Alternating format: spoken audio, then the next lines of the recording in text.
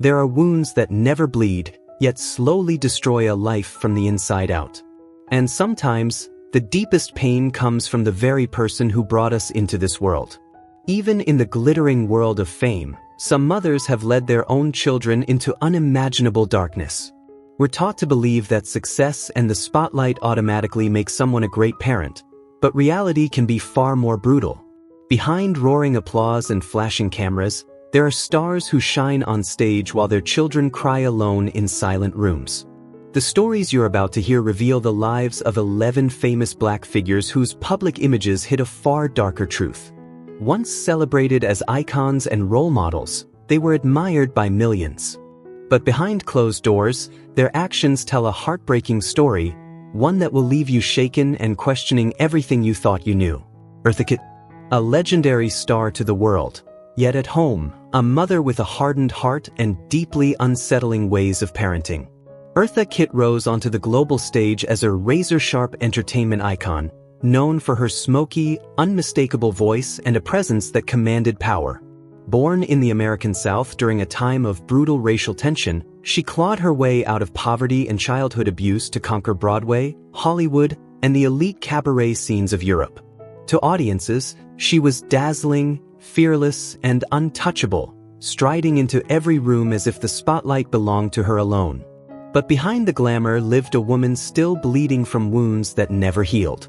And those wounds shaped the kind of mother she became. By 1962, when her daughter Kit Shapiro was barely a year old, Eartha's parenting had already turned cold and severe. Constant touring across Las Vegas and Europe kept her exhausted and on edge. When she returned home, stress followed her like a shadow, ready to erupt. A leather whip hung on the back of her bedroom door, an object that would haunt Kit Shapiro for more than a decade. Something as small as spilling a glass of milk, responding too slowly, or drifting off for a moment could trigger sharp lashes across the back or legs. Fear filled the house. Kit learned to tense at the sound of her mother's footsteps in the hallway, shrinking instinctively, bracing for what might come next. From 1964 to 1967, as Kit grew from age 4 to 6, the punishments intensified. Eartha hurled vicious words at her child, often shouting, "You bastard child," whenever her anger flared. Her discomfort with her daughter's lighter, mixed skin tone, so different from her own, seemed to fuel her rage. Eartha believed the world had been cruel to her because of her skin, and that bitterness found an outlet at home. Kit learned to survive by becoming invisible. She walked softly, stayed silent, and studied her mother's moods to avoid sudden explosions. Sometimes she hid in a closet for hours, trembling at the sound of keys turning in the lock. In 1969, when Kit was just 8 years old, Eartha forced her to stand outside on a balcony in the rain for failing to memorize a French lesson. Her clothes soaked through as water poured down from the roof, drenching her small body. She was left there for over an hour, shivering, alone, and humiliated. Eartha believed cruelty built strength. In her mind, harsh discipline was protection in a dangerous world. But for Kit Shapiro, it was a childhood suffocated by violence and shame. From 1970 to 1972, as Kit reached age 10, nothing softened. Eartha was often absent, and when she returned, she brought storms of pent-up fury from relentless workdays. The insults and beatings repeated like ritual. In her memoir, Kit described the sting of the leather whip, the soul-crushing words, and the night spent holding her breath, listening to her mother's low, angry growls echo through the house. Her revelations stunned the public, exposing a version of Eartha Kitt far removed from the radiant star they adored. Though Eartha admitted in a 1971 interview that she may have been too strict, whether she truly felt remorse remains unclear. Perhaps her traumatic childhood in South Carolina carved emotional armor so thick it numbed her ability to nurture.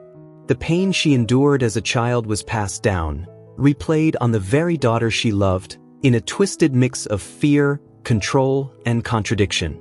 A legend on stage. A deeply broken figure behind closed doors. Nina Simone. To the world, she was a force of nature.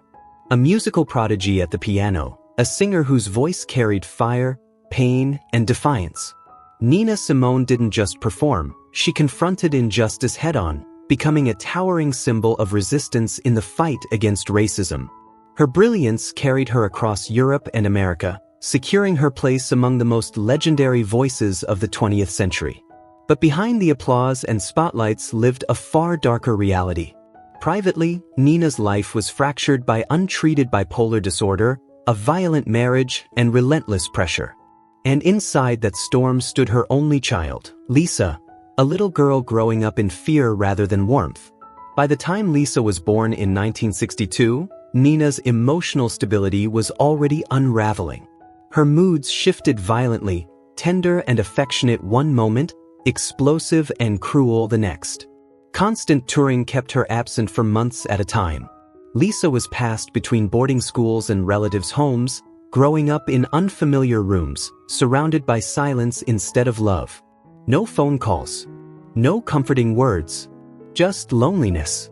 When Nina divorced Andrew Stroud in 1972 and took Lisa to live with her, it wasn't a fresh start. It was the beginning of terror. On the very first night, Lisa was beaten for failing to keep rhythm on the piano. The bruises lingered for a week, aching with every movement. Nina's temper was a live wire. Miss one note, and a slap would come without warning. Between 1973 and 1975, her rages escalated. High-heeled shoes, ashtrays, anything within reach could be hurled across the room. Sometimes they hit the floor. Other times, they struck Lisa's arms or shoulders. And with every mistake came the same crushing words. "You'll never be as good as me." Then came the night Lisa would never forget. It was winter in New York, bitterly cold. At 2 a.m., Nina erupted again, screaming, "Get out! I hate looking at you." She shoved her daughter out the door and slammed it shut. Lisa stood alone on the street, freezing, terrified, with nowhere to go. No shelter. No protection. No mother. She didn't make it back inside until dawn. That night carved itself so deeply into her memory that only months later, at just 14 years old, Lisa attempted to end her life. By the late 1970s, piano practice became a daily punishment. 6 hours a day, relentless and unforgiving. Any wrong note brought screaming or physical blows. The house was always tense, always on edge. Nina Simone, the icon, the revolutionary, was a mother consumed by mental illness and pressure she could no longer control. Perhaps she believed she was molding greatness through discipline. But for Lisa, those years left wounds that followed her into adulthood. Through documentaries and interviews, Lisa eventually revealed the truth, a shattered childhood hidden behind the legend. Her story forces us to confront an uncomfortable reality, that greatness does not excuse abuse, and untreated mental illness can destroy the very people closest to those we idolize. This is not just a child's pain.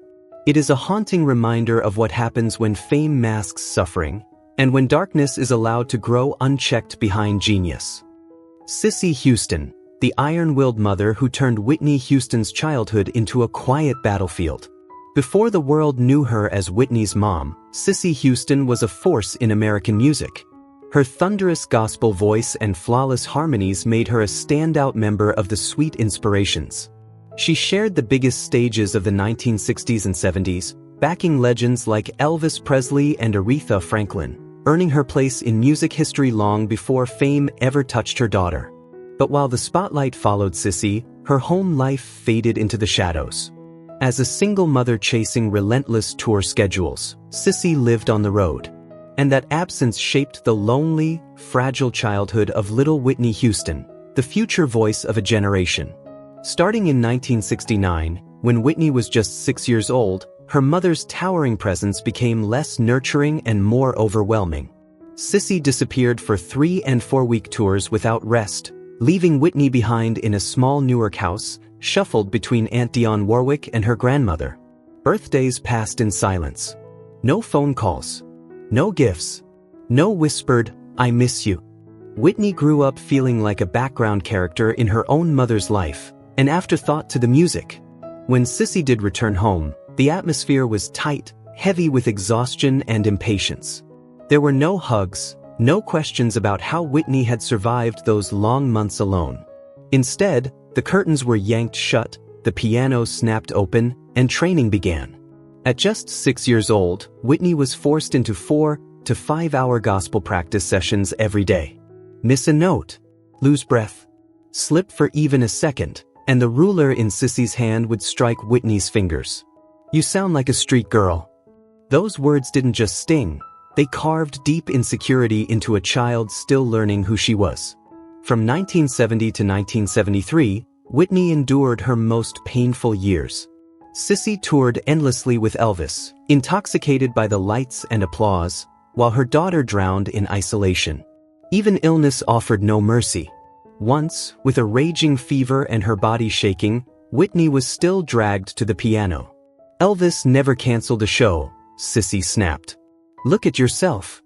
But the pressure didn't make Whitney stronger, it broke something inside her. By age 9, a moment at church scarred her forever. On a Sunday morning, Whitney trembled with fear, overwhelmed by the expectations placed on her. She begged not to sing. Sissy refused to accept her fear. In front of others, she struck her daughter hard across the back, leaving red welts. Terrified, Whitney stepped onto the church stage anyway, forcing her voice to stay steady, not for the audience, but to avoid another beating afterward. And then the waiting began again. Sissy returned to touring. Whitney stayed behind in Newark, trapped in longing and uncertainty. Mary Jones, Whitney's longtime assistant, later recalled watching her sit and cry for hours, aching for her mother. Even as an adult, Whitney spoke openly about those empty years. In interviews with the Los Angeles Times and Rolling Stone, she said she never felt loved, only abandoned, disciplined, and coldly punished. Years later, in a rare moment of reflection on the Oprah Winfrey Show, Sissy admitted she toured too much and left Whitney mostly in the care of relatives. But the damage couldn't be wrapped up in a single confession. Whitney's childhood was hollow, a life spent waiting for a mother who rarely came, striving to earn approval that never softened, and carrying emotional wounds far heavier than any applause. Those silent scars followed her all the way to the end. Toni Morrison. Toni Morrison, a literary giant the world revered, but at home, a mother her children barely knew. She made the literary world bow to her brilliance. A black woman who stood unshaken against racism, a Nobel Prize winner, a towering voice of American letters. As an editor at Random House, she opened doors that had long been sealed shut for black writers. Her name became synonymous with power, intellect, and artistic courage. But greatness came at a cost. Behind the awards and praise was a small, struggling house in Syracuse. 2 boys growing up poor, and a mother whose devotion to words often drowned out their cries. In 1964, after her divorce, Toni Morrison became a single mother to Harold Ford and Slade. Life tightened overnight. Money was scarce. Time was brutal. Every evening, without fail, she locked herself in her study from 8 p.m. until 4 a.m., chasing sentences that might one day lift them out of poverty. Outside that door, her sons waited. On freezing winter nights, Harold and Slade sat in the hallway, softly knocking, calling for their mother. Inside, the only response was the relentless clatter of a typewriter. When hunger hit, the boys boiled instant noodles. When exhaustion won, they fell asleep on the floor, untucked, unnoticed. Toni believed she had a reason. She was writing. And to her, that was enough. From the mid-1960s into the early 70s, the boys were increasingly sent away, to their grandmother's house, to neighbors, to anyone who could watch them. Toni needed space. Silence to grow her dreams and escape poverty. But the price was steep. Her sons grew up with an ache that never quite filled. Harold later recalled that his mother rarely asked about homework. Their health, their struggles, their fears, those were mostly left to relatives. Toni would come home, eat quickly, collapse for a moment, then disappear behind that closed door again, leaving 2 boys staring at it, hoping it might open. By the early 1970s, Slade began struggling at school. One afternoon, he came home with his face bruised from bullying. He stood there, wounded and scared, hoping for comfort. A hug. A kind word.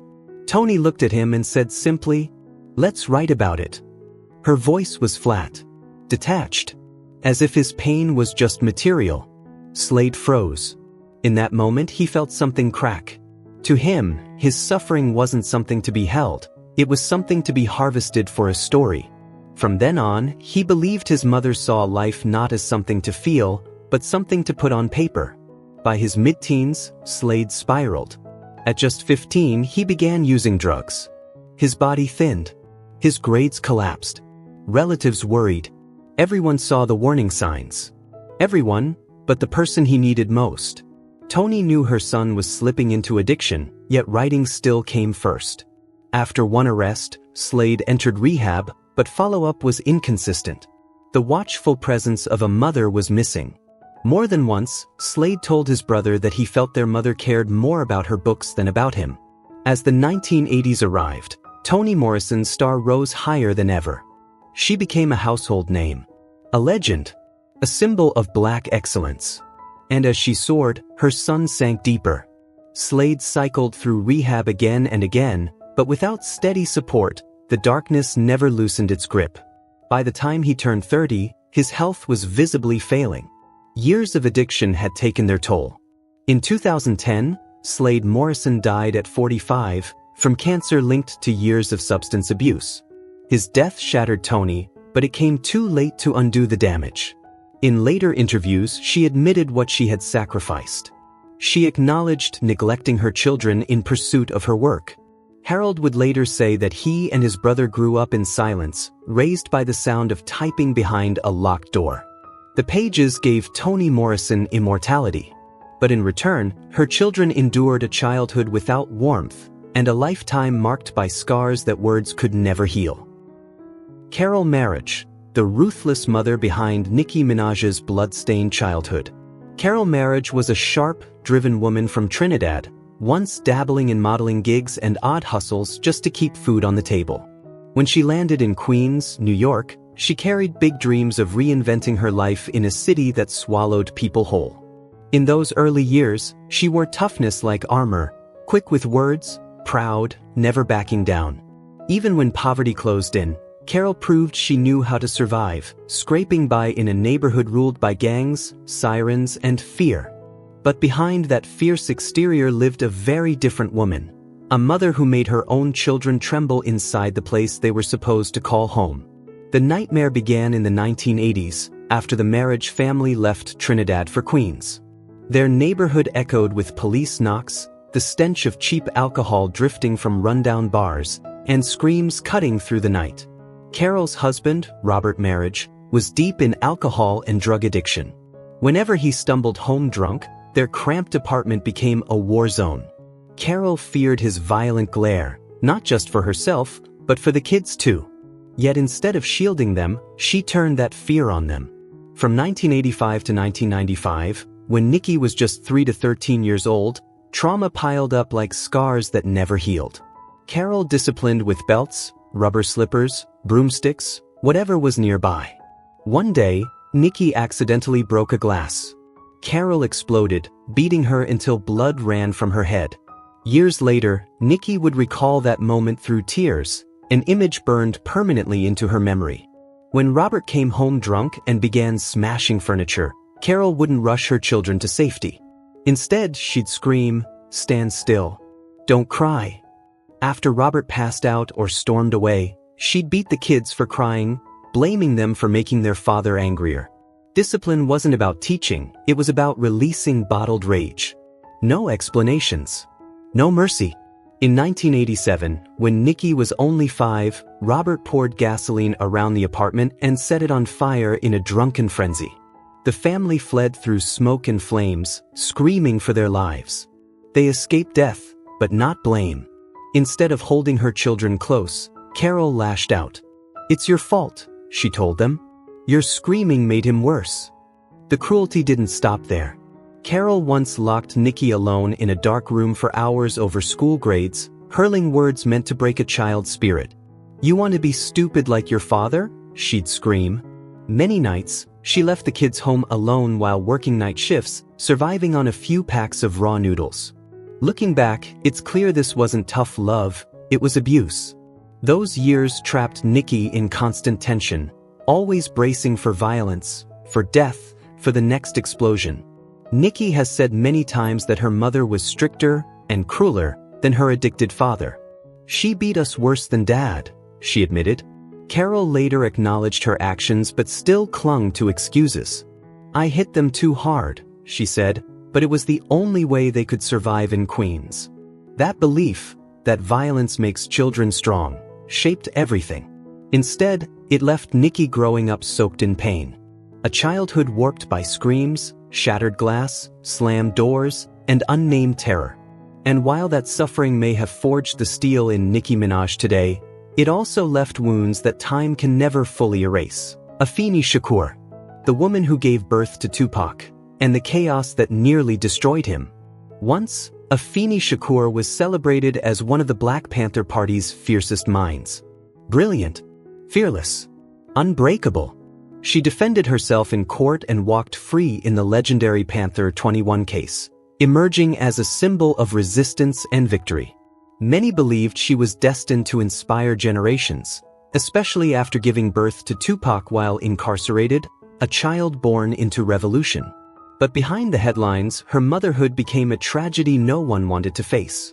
Not long after her release in the mid-1970s, when Tupac was still a small boy, Afeni's crack addiction ignited like a wildfire. It consumed everything. She sank so deep that she sometimes forgot she even had children. Tupac and his sister Sekiwa drifted through bare apartments in New York and Baltimore, empty rooms, empty kitchens, empty promises. Afeni would disappear for days, sometimes weeks. The kids survived on bread crusts and scraps, protecting each other in a home that often had no mother at all. Young Tupac wandered dangerous streets searching for her, or begging strangers for a few dollars just to eat. As a teenager, he witnessed things no child should ever see: filthy rooms, shattered dignity, his mother selling her body to feed an addiction. Those images followed him into adulthood, burned into his soul. When the drugs ran out, Afeni became unrecognizable. Once, she beat Tupac with an electrical cord simply because he looked at her with sadness. She screamed, "You think you're better than me?" As if a child were to blame for the life she was drowning in. By 1985, everything collapsed. Afeni sold nearly everything in the house: chairs, tables, clothes. Tupac wore the same ripped shirt to school for weeks. His classmates laughed. He had no way out. Every dollar went to crack. Some nights, Afeni forgot to lock the door while high, forcing Tupac to sleep in freezing parks until morning. Years later, Afeni finally confessed the truth. "I was heavily addicted while raising Tupac," she admitted. "I let him go hungry. I even sold his clothes." Those words confirmed what Tupac had lived. His childhood was shaped by abandonment, hunger, fear, and pain in its cruelest form. Some blamed FBI harassment after the Panther 21. Others blamed poverty. But explanations never erased the damage. Tupac grew up in an environment that felt like the edge of hell. Those years left scars that never fully healed, deep wounds of violence, despair, and loneliness. And while Tupac became a legend because of his talent, he was also forged by suffering. That pain became his fire. Afeni Shakur eventually recovered, reclaiming her voice as an activist. But she carried something that never left her: regret. The sorrow of a mother who knew she had failed her son, and the weight of knowing the damage could never be undone. Donda West. Donda West, the mother who turned Kanye West's childhood into a relentless test of survival. To the world, Donda was brilliance embodied. A respected university professor, a powerful public speaker, and the former head of the English department at Chicago State University. She stood as a symbol of Black excellence, earning a doctorate, commanding classrooms, and inspiring thousands of students year after year. From the outside, it looked like Kanye West would be raised in a home overflowing with intellect, warmth, and opportunity. But behind closed doors, the reality was far more severe. After Donda divorced Ray West in 1980, everything changed. Kanye was just 3 years old when his mother chose to raise him alone in Chicago. She believed survival in America, especially for a Black boy, required absolute discipline and academic perfection. In her mind, education wasn't just important, it was the only shield against poverty, racism, and failure. By the time Kanye turned 6, his childhood disappeared. His days were governed by a punishing schedule, 14 to 16 hours of studying every single day. No weekends off. No holidays. He sat at his desk like a machine, while Donda inspected every notebook, every grade. Anything less than excellence came with consequences. The belt. A ruler. A message made painfully clear: failure was not an option. Sports were forbidden. Friends were discouraged.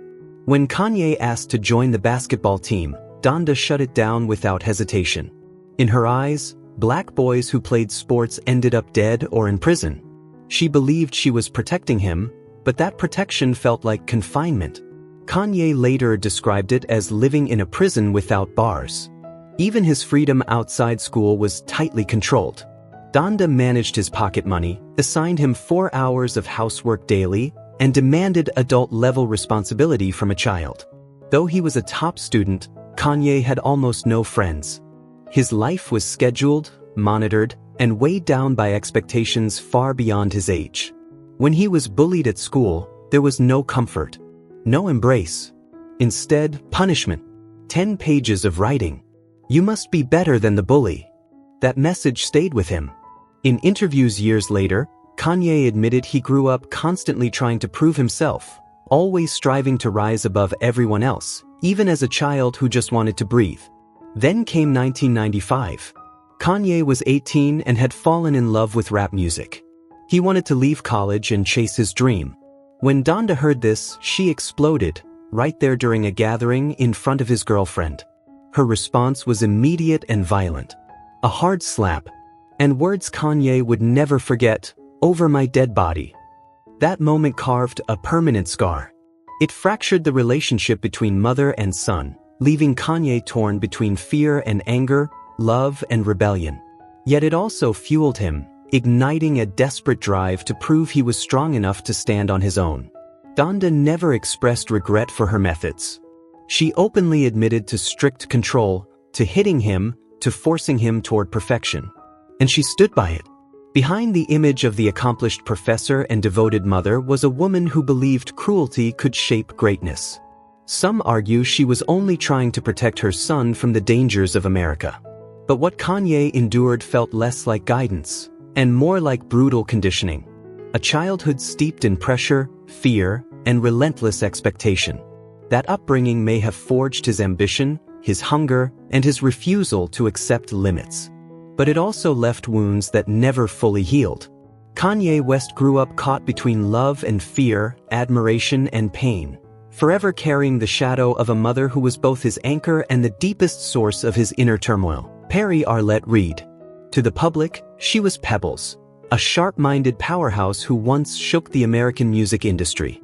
With a commanding voice first heard alongside Mercedes Boy, she later went on to discover TLC, the 90s girl group phenomenon that defined an era.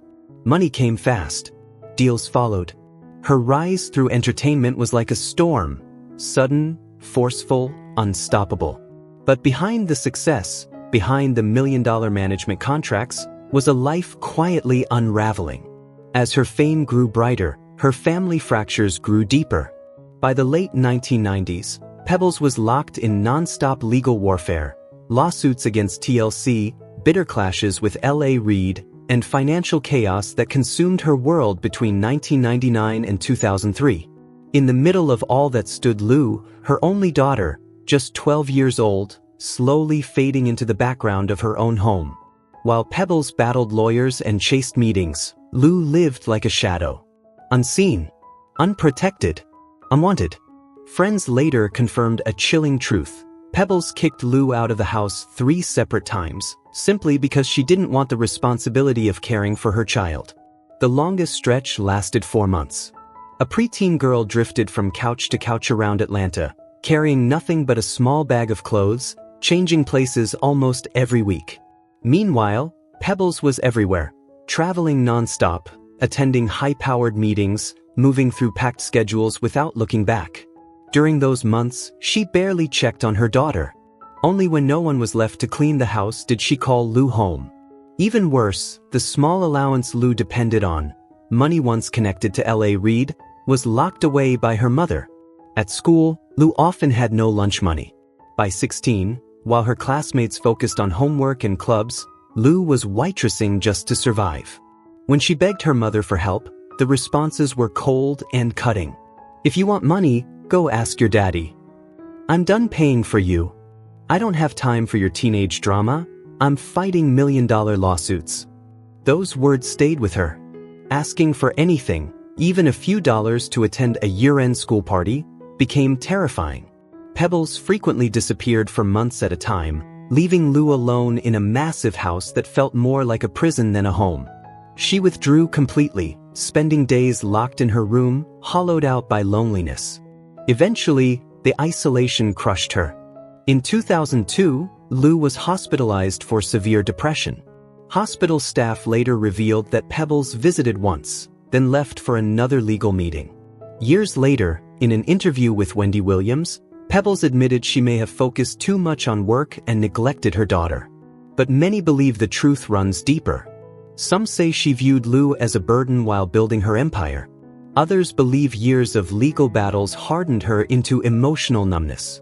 Or maybe she believed proving strength meant letting nothing, not even her child, slow her down. Whatever the reason, the damage was done. Lou grew up in the glow of a famous mother, yet learned to live in the shadows, shrinking herself to avoid outbursts, afraid of being seen as an obstacle. And as pieces of this story slowly surfaced through interviews, the public began to understand. Behind the dazzling spotlight that once surrounded Pebbles was a quiet, persistent darkness, one her daughter endured every single day. Tyne Watkins. Behind the glow of 85 million records sold, there lived a far darker story few ever saw. Once known as the fierce, fiery voice of TLC, Tyne Watkins, born Tyne Boss Watkins, commanded stages around the world. Rising from hardship to superstardom, she became a defining R&B icon of the 1990s. Under blinding lights, T-Boz always wore strength like armor, projecting the image of a woman who conquered illness, adversity, and doubt. But behind the applause, her private world told a very different story, one her young daughter would carry for life. By 2004, as her daughter Chase was just old enough for preschool, T-Boz was locked in a relentless battle with sickle cell anemia and severe asthma. The pain was constant, crushing, often sending her to the hospital gasping for breath. At the same time, financial strain and TLC's demanding schedule kept her mentally and emotionally on edge. And all of that pressure poured onto one small child. From ages 4 to 10, Chase lived in a state of fear. Whenever her mother's pain flared or exhaustion set in, the house became a battlefield. If T-Boz hurt too badly, she would grab Chase by the hair and drag her from room to room, screaming words that still echo in the girl's memory. "You don't know pain. I'm dying every day, and you're crying about homework." Belts, leather whips, phones, slippers, TV remotes. Whatever was within reach became a weapon. The blows were brutal. At just 8 years old, Chase suffered torn skin that required 3 stitches on her buttocks. Her back and thighs stayed bruised so badly that sitting became painful for days. Fear became her daily companion. At the sound of her mother's bedroom door opening, Chase would run, hiding in closets, trying to disappear. Sometimes she lay there so long she passed out for over an hour, unnoticed. Tour life created another kind of absence. While T-Boz traveled, Chase was left with nannies who often quit early, leaving the child alone in a massive house. Some weeks, she survived on raw instant noodles for 5 days straight because no one cooked for her. Loneliness seeped into every corner of her childhood. In 2009, Chase suffered a severe asthma attack and was rushed to the ER. T-Boz didn't arrive until 3 days later, delayed by a music video shoot. When she finally came home, she beat Chase, not for misbehavior, but for causing worry. Even as doctors ordered rest for the fragile child, the rage continued, as if every ounce of pain T-Boz carried had been laid at her daughter's feet. Those wounds, physical and emotional, never faded. The hospital visits, the hiding, the fear followed Chase into adulthood. When T-Boz later admitted she had hit her child too hard during periods of illness, many were forced to confront an uncomfortable truth. Behind the brilliance of 85 million records and dazzling stage lights was a life far less beautiful. Some sympathized, arguing that chronic pain, illness, and relentless stress eroded her control, that feeling like she was dying every day made her frighteningly hard. But does suffering ever excuse cruelty? Perhaps she was repeating the discipline she herself had known. Perhaps pain had blurred the line between survival and violence. Whatever the reason, the fallout landed on a child far too young to understand the war her mother was fighting. And that, more than any record sold, became the legacy Chase was left to carry. Lauryn Hill. Once hailed as a once-in-a-generation force, she stormed the Grammy stage and walked away with 5 trophies in a single night, an untouchable icon of intelligence, beauty, and raw musical fire. Her voice set arenas ablaze, her lyrics cut deep, and at her peak, few artists could even stand beside her. To the world, Lauryn Hill was the embodiment of freedom and brilliance, an independent woman with almost supernatural magnetism. Then she disappeared. At the height of her fame, Lauryn chose to walk away from it all. She withdrew from the spotlight, retreating into a quiet, insular life in old homes across New Jersey and South Orange. With her came 6 children, and a set of rigid, extreme religious beliefs that, according to later accounts, transformed their childhoods into years of fear and suffocation. Beginning around 2003, Lauryn gradually severed ties with the entertainment world. She became convinced that show business would corrupt her children's souls, and she cast herself as their spiritual protector. But what she believed was salvation reportedly felt more like punishment. From 2003 to 2015, she would vanish from home for weeks, sometimes months at a time, often without explanation. Her children would wake up to an empty bed, unsure when or if their mother would return. In 2010, she reportedly disappeared for nearly 4 months while seeking spiritual enlightenment in Africa, completely unreachable. During these absences, the responsibility of raising 6 children fell largely on nannies and her mother-in-law, who had grown accustomed to stepping in whenever Lauryn withdrew from family life. When Lauryn was home, former caretakers and family accounts suggest the atmosphere was no less severe. Television, phones, games, and popular music were banned outright. The only approved texts were the Bible and the Torah. The children were required to memorize scripture for 4 to 6 hours a day. Forgetting a passage allegedly resulted in corporal punishment, wooden rulers, belts, or hours of forced isolation in corners. What sounded like religious devotion, by their descriptions, felt closer to a closed reform camp. Silence ruled the house. Fear lingered unspoken. Zion Marley, her eldest son, later told Complex that at age 14 he secretly listened to his grandfather Bob Marley's music. When his mother discovered it, he said he was punished with 20 lashes of a belt. He recalls her screaming, "That music is from the devil." No one dared argue. Years later, in a 2022 podcast, Zion shared that his mother believed certain music opened doors to darkness, fueling speculation about deep spiritual paranoia. He was not alone. Another child later described a childhood so tightly controlled that it erased normal life. No birthday parties, no candy, no friends, no leaving the house without completing assigned scripture. She reportedly broke down in tears recounting how suffocating it felt. The most disturbing account came from the youngest child, who claimed she was once locked in a dark room for 3 days for giggling during prayer. No light, no food, only fear and crying. According to witnesses, Lauryn also imposed military-style discipline. Her children were reportedly woken at 4 a.m. and forced to run 3 miles as spiritual training, regardless of rain, cold, or exhaustion. Those close to the family described the routine as more like boot camp than motherhood. Overwhelmed, Zion later admitted he turned to heavy marijuana use between ages 15 and 19 as a way to escape the pressure. When Lauryn discovered it, he said she framed it as a moral failure, choosing Satan over salvation. Friends, relatives, and caregivers reportedly recoiled at the intensity of her control, yet no one seemed able to stop it. What drove Lauryn Hill to such extremes remains unclear. Some believe sudden fame shattered her sense of direction. Others point to isolation, religious pressure, or declining mental health.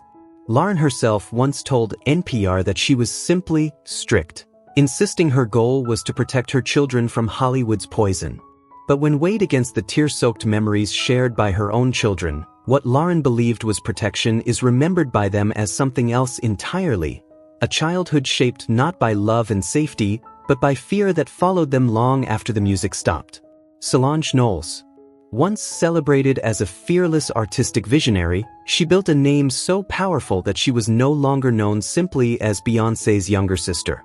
With the groundbreaking album A Seat at the Table, global tours, art books, and gallery exhibitions, Solange carved out a lane entirely her own.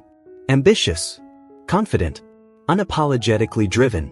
But behind the applause and artistic acclaim, a far more troubling story quietly unfolded, one that raised an uncomfortable question. What happens when fame matters more than motherhood? In 2004, at just 18 years old, Solange gave birth to her son, Daniel Julith Jr. Motherhood should have grounded her, but instead, her life veered sharply in another direction. She threw herself into art with relentless intensity, chasing creative freedom at full speed. As her career surged forward, her role as a mother slowly faded into the background. By the time July was still a small child, Solange was rarely home. Most of his days were spent with his grandmother, Tina Knowles, in Houston. From 2009 to 2010, Solange reportedly saw her son for only 18 days in an entire year.